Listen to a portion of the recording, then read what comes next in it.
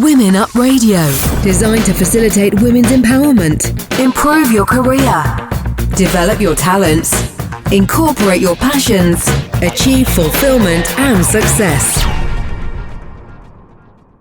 Hello, this is Women Up Radio, supporting Empower Women. And today we're talking about ageism in the workplace and empowering the older woman. I'm joined in the studio by my guest, Karen Sands, leading gerofuturist and thought leader on the longevity economy and ageless aging. So welcome to the program, Karen. I'm so glad to be here. It's a pleasure to have you. So first of all, can you explain to us what is a gerofuturist? Because I'm sure most people won't know. And what inspired you to become one? Great question, and one I'm asked quite often, actually. So I became a futurist sort of by default. In my late 20s, early 30s, I moved into financial services from having run and led and started many, many women's centers in the United States and the East Coast. And so here I was, this entrepreneur and this feminist and entering financial services, and I knew nothing about pensions, having been an educator prior to. Yeah. And so I had to dive deep into learning, what does it mean? What does retirement mean? What does the future look like for aging? What does what does retirement and aging have to do with women? So I dove very deep, and the company, fortunately for me, invested in me becoming a futurist. And a futurist is not someone that looks at a crystal ball or reads tea leaves, although that's fun to do. It has nothing to do with what I do. Yeah. It's really looking at trends and what the alternative possible scenarios might be so that we can make knowledgeable, informed actions and decisions, whether we're in corporate leadership or in our personal lives or as entrepreneurs, doesn't really matter. And so it's a big picture scope based on real science and real knowledge. I call it foresight and insight. I use my own insight, obviously, because that's where I come from, along with the foresight. So that's the futurist part.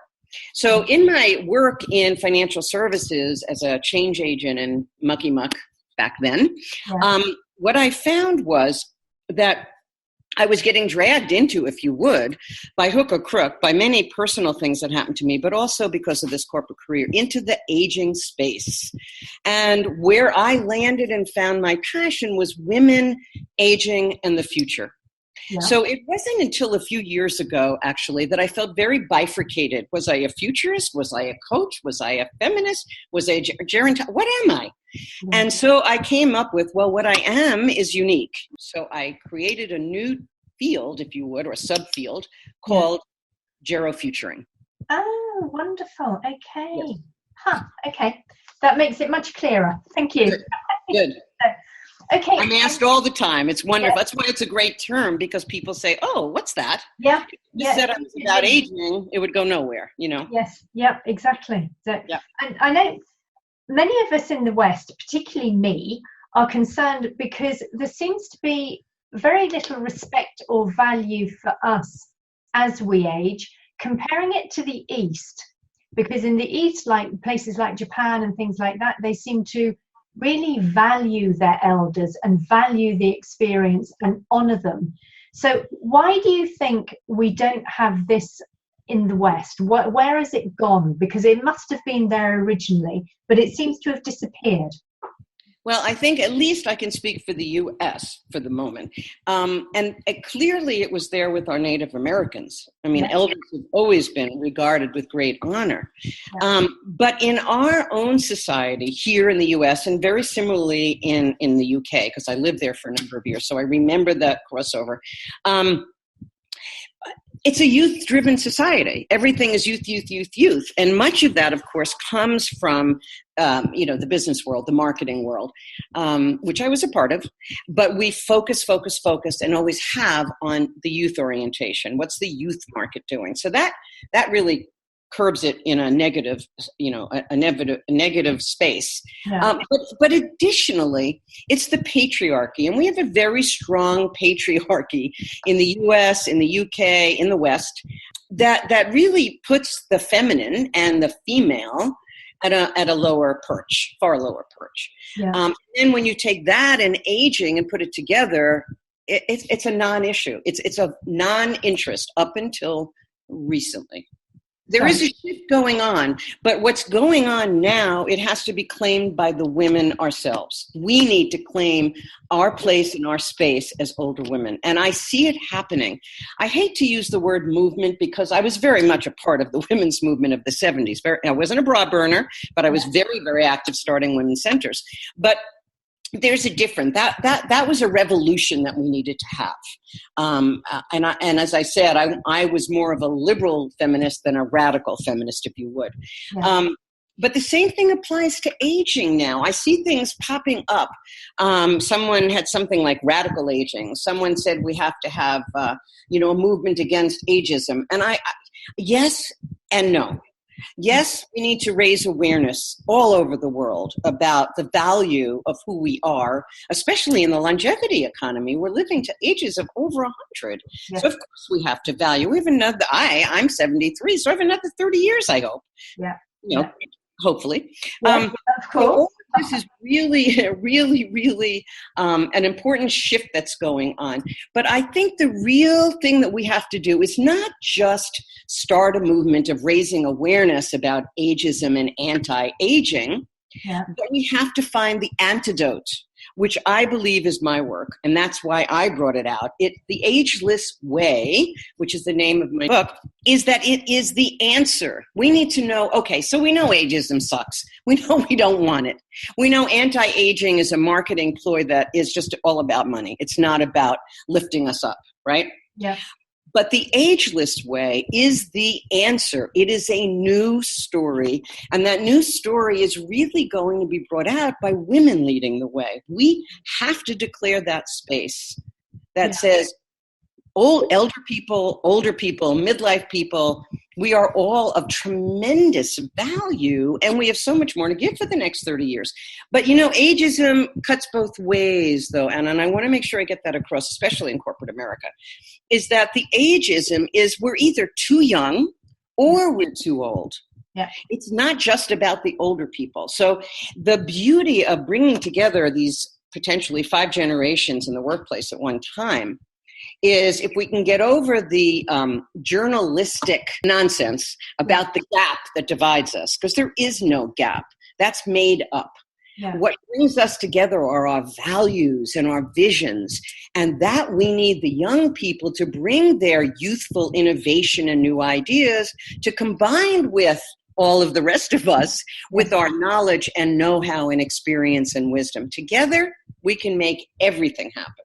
Yeah. Not together, we won't. Yeah, I agree totally. But what do you find when talking about corporate America, but not just America, corporate anywhere?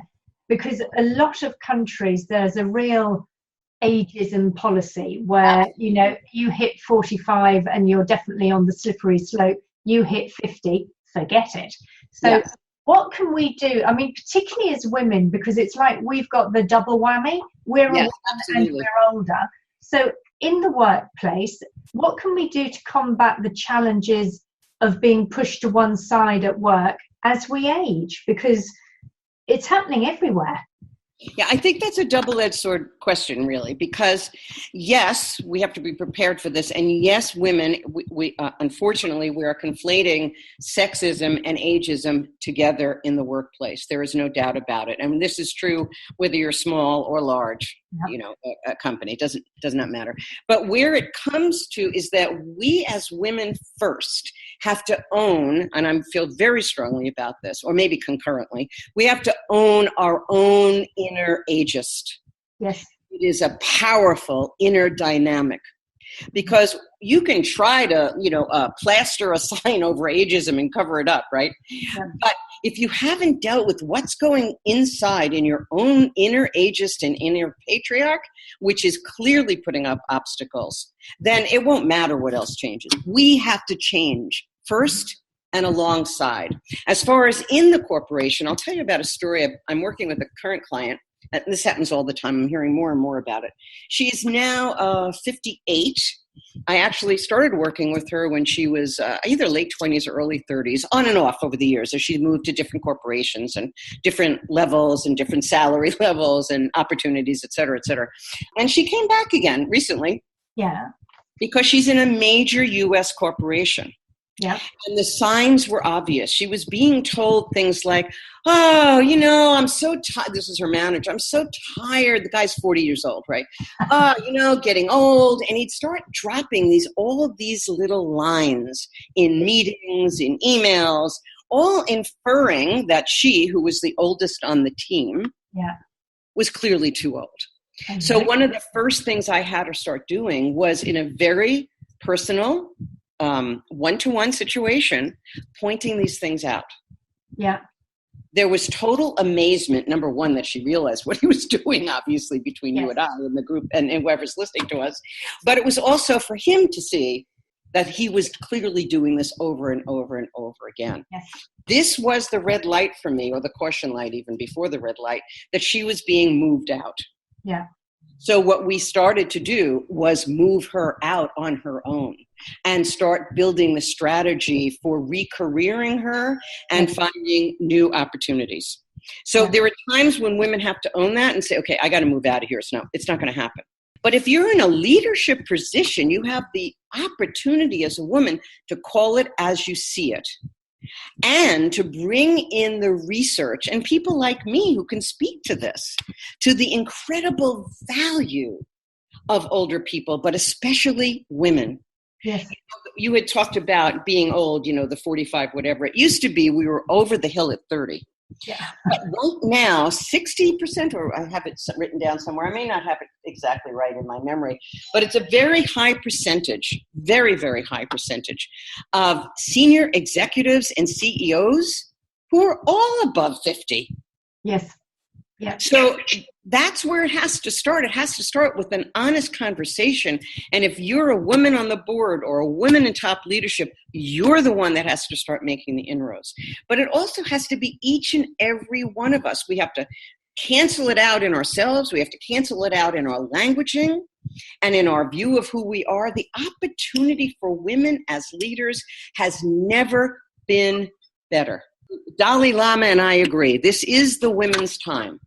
And I am so excited about the potential for women as leaders and as entrepreneurs. And that brings me to the next piece. If you end up being in a larger corporation, let's say, and you say, I just can't change it. It's just, what do I want to say? Pounding at me constantly, even when it's subtle, then you may want to be considering re-careering and going the entrepreneurial route. I mean, the entrepreneurial route for women is phenomenal, yeah. Especially older women. Yeah, I know, it's wonderful. I think it's the best opportunity to flourish, to grow, to have fun. But I love anything to do with entrepreneur. I think it gives you so much scope.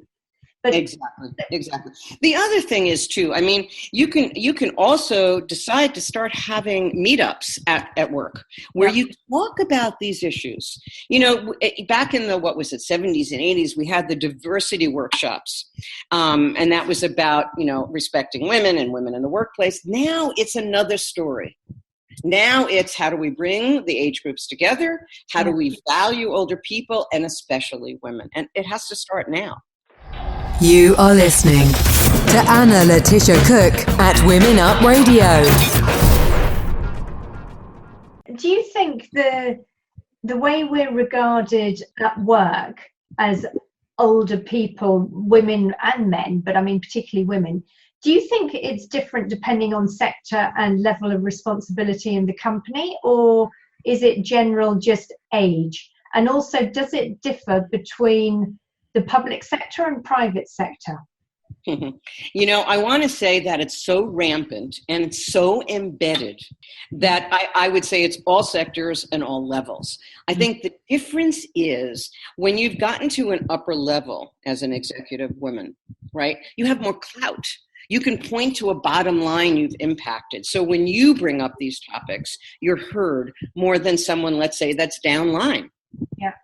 You know, but it's rampant all over, and men are beginning to face it. Women will always face it Much more so. Much, much more so. But you see, we're in something that I want to make sure everyone hears me say. We're in a new economic reality. Yeah. And it's called the longevity economy. And what that really means, let me define it for you and for your audience. It's really the sum of all economic activity. Currently, at least in the US, it's $7.1 trillion, and it's projected to more than double by 2032. And what that means is anything that has something to do with serving the needs of people 50 plus. I like referring really to 40 plus because, that's where it's at. We're in midlife, Yeah. But it's all of that. So that whole economy, if women can grab hold of that and bring that research and bring that power into the corporate offices, that is what will start changing, because it's always about bottom line. And I was a bottom line change agent, billions of dollars under my management. So I know that that's what drives it. That's what drives it. So if we can tie our value, and there's so much research, which we don't have time necessarily. Oh, wait, I have some numbers I could tell you. Let me see if I have this one. Yeah, here's one. The Sloan Center on Aging and Work estimates that about 38% of small business owners are 60 or older. Oh, really? In the U.S. U.S., obviously. And that's going to get more and more and more so. And I know here that 68% of respondents believe that leadership is in crisis in America. I am sure that is global. It's interesting. Really. Yeah. I mean, you see, there's another thing. Kerry Wheeldon of Fab After 50. She's an expert on 50 plus in the UK. Oh, good. And she was talking, and she said that now in the UK, there's a lot of negative talk about the perception of older workers taking jobs away from the young. But she thinks the opposite, because she thinks that older workers really benefit local economies, and that then leads to more jobs for younger people, which sounds similar to what you're saying with older people being business owners. So yes. What do you think when people attack saying no, older people are taking jobs away from the young? What's your feeling about that? It goes back to that gap I talked about, the gap between the generations, which I think is being fed outside the organizations, media, et cetera. So it's nonsense. There's this thought that the older people are clogging up, the paths up to higher levels, right? But the reality is at least in corporate, we've now tried to flatten it. We haven't flipped the pyramid yet, but we certainly flattened the pyramid or the hierarchy, right?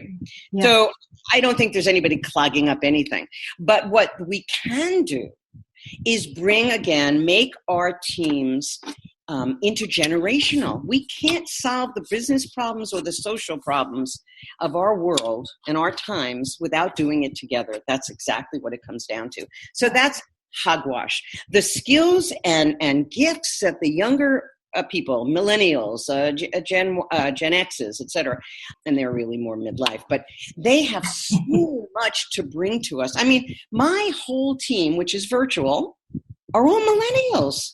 Yeah. Yeah. I need their support. I can't do this in this new world without them, in this digital age. I can't possibly. And they're so innovative. And what I love about them is that they don't see differences as differences. They see differences as assets. Yes. They don't have that film over that I know I was brought up with, know? Yeah, exactly. So they bring so much. Whereas the people in their 40s and people in their 50s and 60s and 70s have the knowledge and experience. It's not that one is better than the other. It's that we need each other, you know? So it's up to how we create our teams. Like I have what I call an age audit. And it kind of asks these basic questions, whether it's HR, the board, or president of a corporation, or managers. What percentage of your workforce in your division or wherever you are, is made up of people who are over 40, over 50? What about over 20? And looking at those numbers, so you get a real sense of what is the age story in our company, in our culture. and then bring together people to start creating cross or intergenerational teams. Yeah. When I was in corporate, one of the last things I did there, which was an amazing experience. I was way ahead of the game back then, but now it's more common. But back then, I left in '88. So prior to that, I was leading teams, purely intrapreneurial. It was phenomenal, and it was all mixed ages. But what it was is we came together and put our minds and our imaginations together. And the results blew all the results in the past. Yeah. Totally a change. Yeah. That's what we need now. Yeah. And I know also you've been on the White House Task Force for Innovative Learning and the Hudson Institute's study on workforce, I think 2000 and 2020. Yes. And you were at the White House Conference on Aging. So obviously you really totally understand everything that's necessary for the older person in the corporate world. Mm-hmm. So what do you think they can do? Because we have to admit they're still very ageist. They haven't quite clicked on the idea that the older worker is so valuable and so helpful. What do you think they should do realistically to support and improve the opportunities for an aging workforce? Because the older we get, the healthier we are. Each generation lives longer, and with the changes in retirement ages and pensions, etc., I know some countries now retirement is being pushed back to the age of 70 or something like that. So and a retirement age is ridiculous. It's outmoded. We don't need a retirement age. We need a refirement age, but we don't need a retirement. That is clear. So let me go back to thinking about what you really do. What is practical that can be done. Yeah. I think one thing it's really about education. I think we have to educate our senior executives, because let's face it, they're the ones making the decisions. The fish, the fish stinks from the head. So we have to go up to the head, right? I love that. Yeah, me too. That's where it all starts. I would like to get in with C-suite executives and boards and educate them.